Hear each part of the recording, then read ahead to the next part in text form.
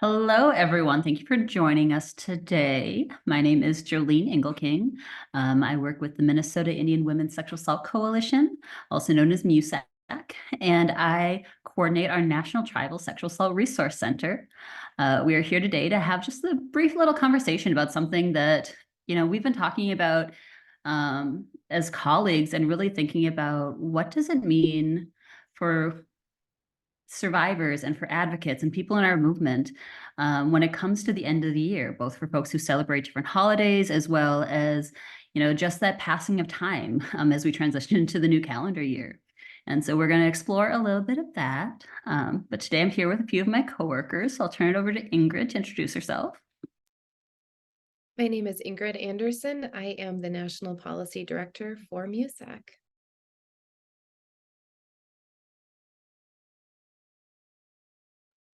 Morgan. I'm Morgan Hawes. I'm the National TTA Sex Trafficking Program Coordinator here at MIWSAC. And Shayla, last but not least. Hi, Dansei Gasuin, Shayla Beaumont. I'm the Elevate Uplift Coordinator for MIWSAC. Yeah, and I'm really glad that we're having this conversation because I feel that it's something that we don't often name. Is what does it mean, especially for folks who have experienced violence across the lifespan? What do the holidays really mean? And for some folks, it is like a joyous time, but there's also all these other factors that can really make it really complicated. And so we're going to just spend the next little bit talking both about how it impacts survivors, how it impacts those of us in the movement who are advocates or whatever our roles may be, as well as maybe some of those, like, what can we do to try to help counteract some of those negative things that can come up. And so I'm going to kind of just turn it over to, I was going to say the hive mind. That's not the right way to call you all. But really, when we're thinking about the end of the year, be it holidays or the end of the calendar year, what do you think makes things difficult for survivors? In respects to being a good relative, I think, some of the things that may be harder on survivors, especially in the holidays, when that expectation of being present around family members or being in present of spaces where we're expected to be in the space of someone who may have caused us harm or may have caused someone we love harm. So, really keeping in mind and being a good relative of just being in supportive of those who it might just be unbearable or who need that extra support, who are, expected to be in space just because it is the holidays. I think that, when we talk about the fact of how many people, I mean, probably most of us on the call, most people who are listening to this have had violence within their families, right? That intrafamilial sexual violence or domestic violence, but really focusing on that sexual violence side of things. It is just incredibly pervasive and something that has often been so kept secret, right? But it's this time of year when you're sometimes maybe forced to be around people where things can get activated, right? Things can kind of really start to bubble up that maybe, wasn't there a year ago, 2 years ago, but different years can kind of have different things come up. And so I really think that that is such a key thing, that sometimes we're with those people who we can both love, who may have caused us harm. And how do you balance that? And how do you mentally prepare for that? And also, how do you cope? Which, in some people, for coping, they turn to, dissociation, they turn to alcohol use, they turn to drug use, they turn to being overly exuberant or whatever it may be, right? We all have these different coping skills, which can help us get through situations, right? But can also maybe not make us feel like we're our full selves. What else? I think it is a challenge too to acknowledge that healing is not linear, because my personal experience and what I know a lot of my friends and relatives have experienced is, our healing, maybe we're able to dedicate a lot of our time and energy to doing that work, to reconnecting to our true selves, to Creator through our medicines and our ceremonies when we are in control of our own environment. And when we're in space, maybe with our families of origin, or maybe with extended family, and we start to notice ourselves regressing or reverting to maybe who we were as a child, perhaps when we witnessed or when we experienced violence or violations of our boundaries, whatever that might look like. It can feel like a failure. It can feel like, wait, but outside of this environment, I am successful, I am healthy, I am happy, I am thriving in ways that I had to work so hard to achieve. And now I've, maybe betrayed myself. Maybe I've allowed myself um, to recreate these old patterns. And I feel like there needs to be room for grace and room to access that past self without losing the forward momentum. Especially, we know that we'll go back to our own homes. We'll be able to leave that environment, and we don't want to lose that connection to self as well. So I appreciate what you mentioned, Shayla, about giving each other that space to be, to experience whatever we are experiencing due to past or, thoughts of the future, especially being together in often confined spaces. I have found that packing extra long johns and a pair of good snow boots helps, because then I can always go for a very long walk by myself and I don't have to feel stuck inside.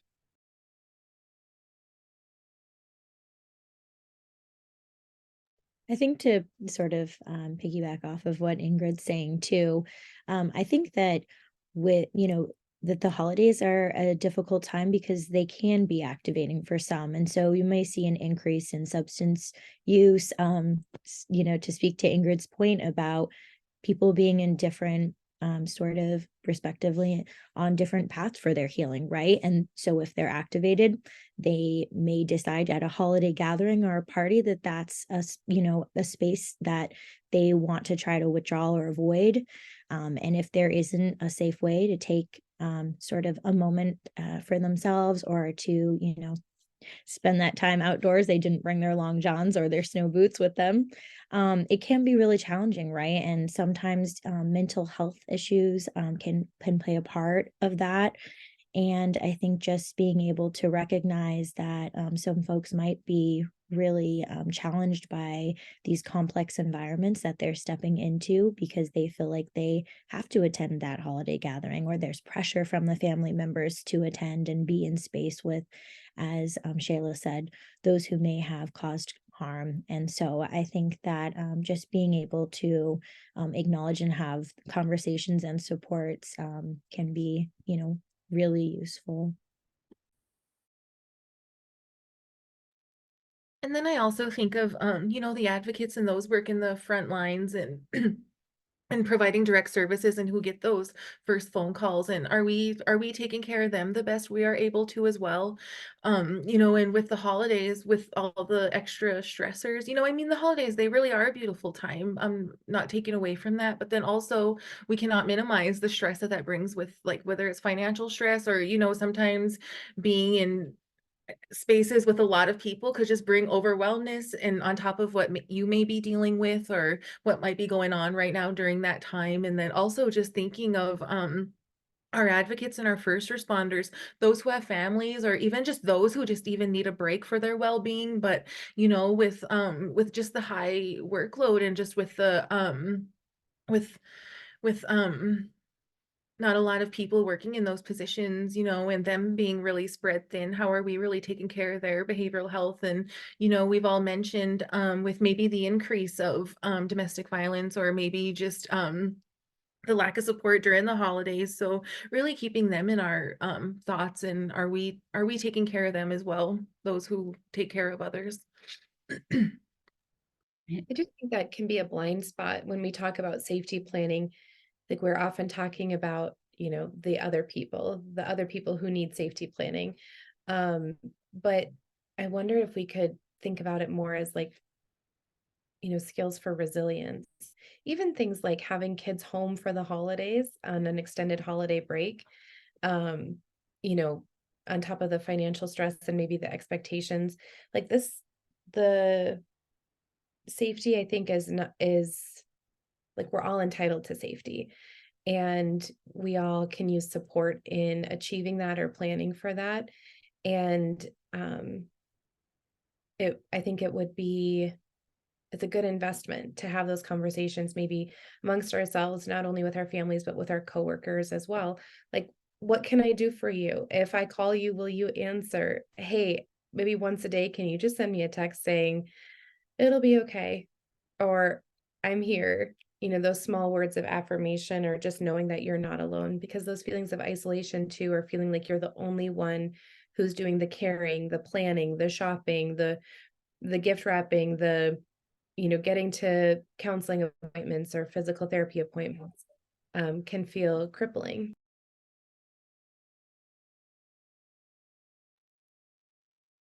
And it can also just be so hard in thinking about, when you're talking, sorry, like how I get distracted in my own thought, where we're thinking about, for those of us who do have kids, I mean, but there's both a sense of isolation.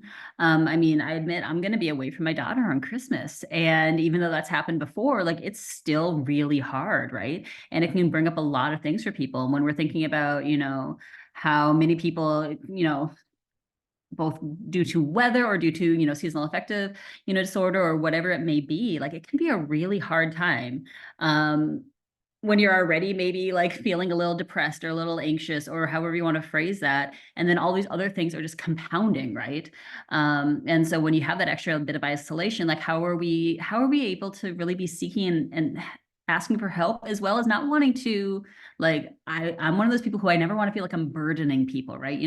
And so how are we best like having those real conversations where it's acknowledging those things, right?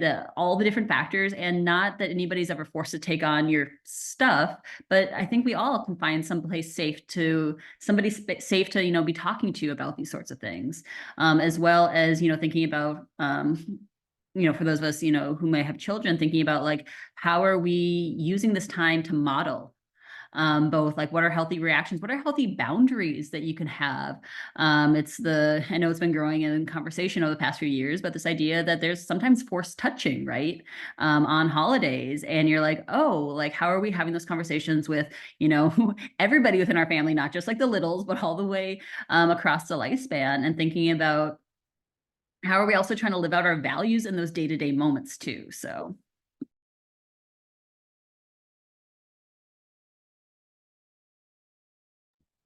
So, I mean, I think, a lot of the holidays too, like the season sort of brings about what you all have already mentioned, which is like this sort of sense of expectation, right? Um, and we've talked a little bit about the financial aspect, right? The financial burden, but there's so many intersections, and there's a lot of sort of expectation of what can I provide, or what have I achieved, or what have I done. And Jolene, you mentioned that, sort of the end of the year, right? We haven't talked about that specifically yet, but what does that bring? How that could be looming for some people, right, in the not so distant future, and that might not be positive. There might be some self-reflections that could be, really transformative for some folks, but then there could also be the sense of, did I do what I thought that I was going to do? Did I meet my goals for this year?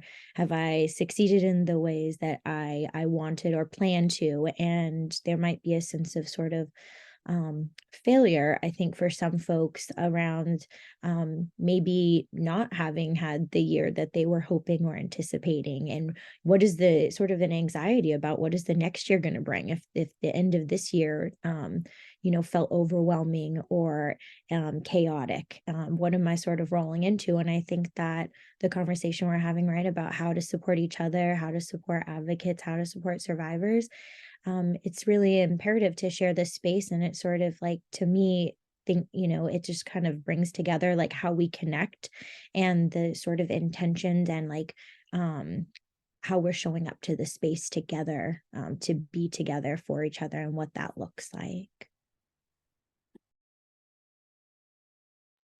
And while I'm sure there are so many other ways that we can talk about, like we haven't even addressed this idea of how like there is sometimes an increase in violence, right, at the end of the year as well, both due to sometimes just being in family situations where things may be, tense, or things may be unfolding, as well as, child handoffs. If you're seeing like the general non-custodial parent, how does that impact both children and, the adults in those situations, as well as, I know in my advocacy career, there's a lot of times when folks would be going home, from college, or from, if they were, if they were away from home for high school, things like that. Like what does that mean, right? And so there's so many different ways that we could still continue to talk about it. And I do hope that people have these conversations, both as, staff, as family. But as kind of a wrap up, I would love to hear from my colleagues about what are maybe some ideas that folks could, be doing to kind of be taking care of themselves or within their work environment, to kind of help to counter some of this, right? So whoever has thoughts formulated may go. No, I was just thinking, it sounds so simple, but it's really so hard, really, to just take a break for yourself, and really just to take that breath, take that 20-minute nap, take that 10-minute sit down and just sit with yourself. And what do they call it when we just sit in our knowing and we just feel what we need to feel? We're processing our emotions. And, we all talked about that expectation of the holiday, and it's like, how about we make our wellness an expectation? Or like, but it's easier said than done, especially when we're all caregivers, or when we're all helping with family stuff, or we're just helping with our community. But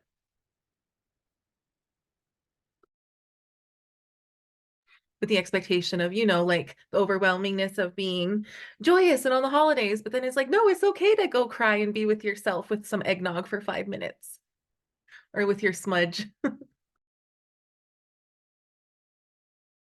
I like that you said that, Shayla, because I was thinking something similar, right? It's like the reflection of gratitude, and what does that mean around the end of the year and the holiday season? And there is an expectation, right? Like, well, let's be grateful for everything. And some people are not in a space where they can show up and have that gratitude, right? At maybe a level that they want to, or that others are expecting of them. And just to meet people where they're at, to leave space for that, I think is really, really important.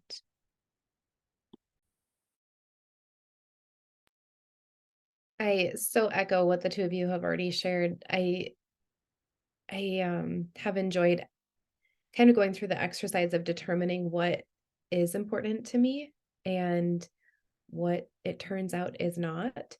And for my household, maybe it's just having a toddler and realizing that I can't do as much as I'm used to doing. I have to operate at a pace that she can operate at. And it has been strangely liberating to say that I can invest myself wholly in these certain things, and these other things I am not going to give a second thought to. I'm not saying I've had perfect success, but it is helping me to see more clearly, what actually am I getting the return from? Like, what is worth the investment of my time, perhaps my money, my emotional energy, that then feeds what I value for myself, what I value for my home. And I've had to kind of confront the feeling that what worked for my family of origin doesn't work for me. And some things that I thought were healthy and were okay, actually, I was just repeating cycles of maybe extreme expectation, or a disingenuous, like joyful gratitude. And in order for me to move into that authenticity and to welcome that from each other, I've had to kind of do that self inventory, which I think comes from, like you were saying, Shayla, giving myself that space to just sit with what it is and not expect myself to feel or be or think anything different than what I am. Thank you all so much for sharing. And I just keep thinking about the ways that, how we don't know what's going on with everybody, right? For some, this may be the happiest time of year for them right now. And for others, it's bringing up a lot of things. And we have so many relatives out there right now who are unhoused, who are going through some really severe grief, or mental health issues, or all these other things that are just building up, right?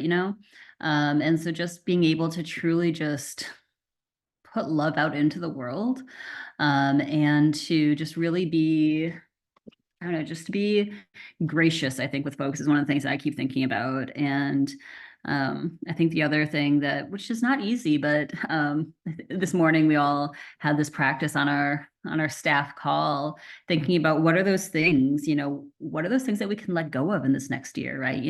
Where are those spaces we can say no, but where are those also things that we may have been holding on to, that we realize may be actually holding us back in so many different ways.